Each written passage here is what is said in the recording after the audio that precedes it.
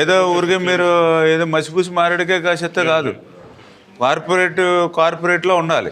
ఇప్పుడు ఇక్కడికి వచ్చామంటే సగం జబ్బు నయమైపోయినట్టుగా అనిపించాలి. కార్పొరేట్లో ఉండాలి. మీరు అసలు ఏ వర్క్ చేయలేదు. పేపర్ కూడా వేసుకోవాలి.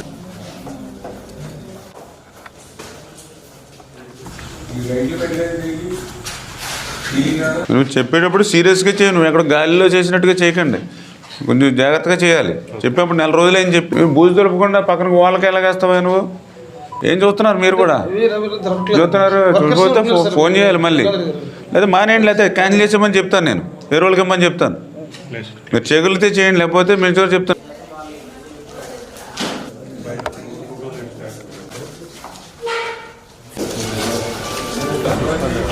అవునండి, ఊరికే మామూలుగా చేయడం కదా, నీట్గానే చేయాలి, అన్నీ చేయాలి. ఎక్కడ రాజీ పడకుండా చేయించండి.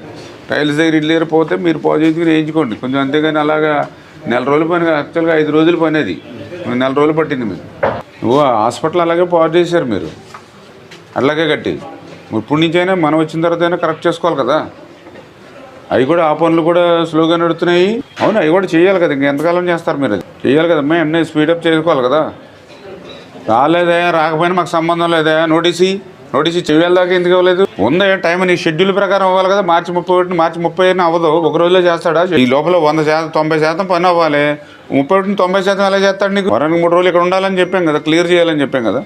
ఇది హాస్పిటల్, మాకు ఎమర్జెన్సీ అని చెప్పాం కదా. వారానికి 3 రోజులు ఇక్కడ ఉండండి, దగ్గరుండి చేయించండి. మీ ఇల్లుని ఎలా బాగు చేయించుకుంటారో అట్లా చేయండి.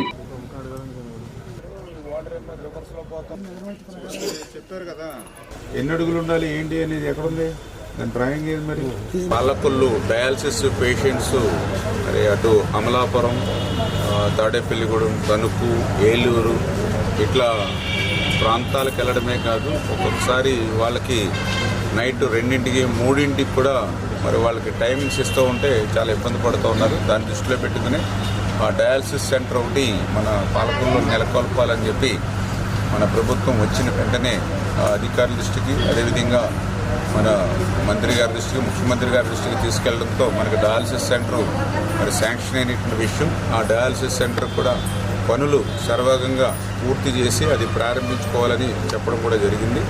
అయితే దానికి సంబంధించినటువంటి పనులు ఏవైతే ఉన్నాయో ఇంకా కొద్దిగా నత్తనడక నడుస్తూ ఉంటే ఇప్పుడే అధికారులు కూడా గట్టిగా సీరియస్గా చెప్పి ఒక వారం రోజుల్లో కల్లా కంప్లీట్ చేయమని చెప్పాం. ఎక్కడైనా అట్లా కంప్లీట్ చేయడంలో నిర్లక్ష్యం వహిస్తే వాళ్ళ మీద చర్యలు కూడా, ఏజెన్సీ అయినా సరే ఇటు అధికారులైనా సరే ఖచ్చితంగా చర్యలు కూడా తీసుకుంటామని వాళ్ళకు కూడా హెచ్చరించడం జరిగింది.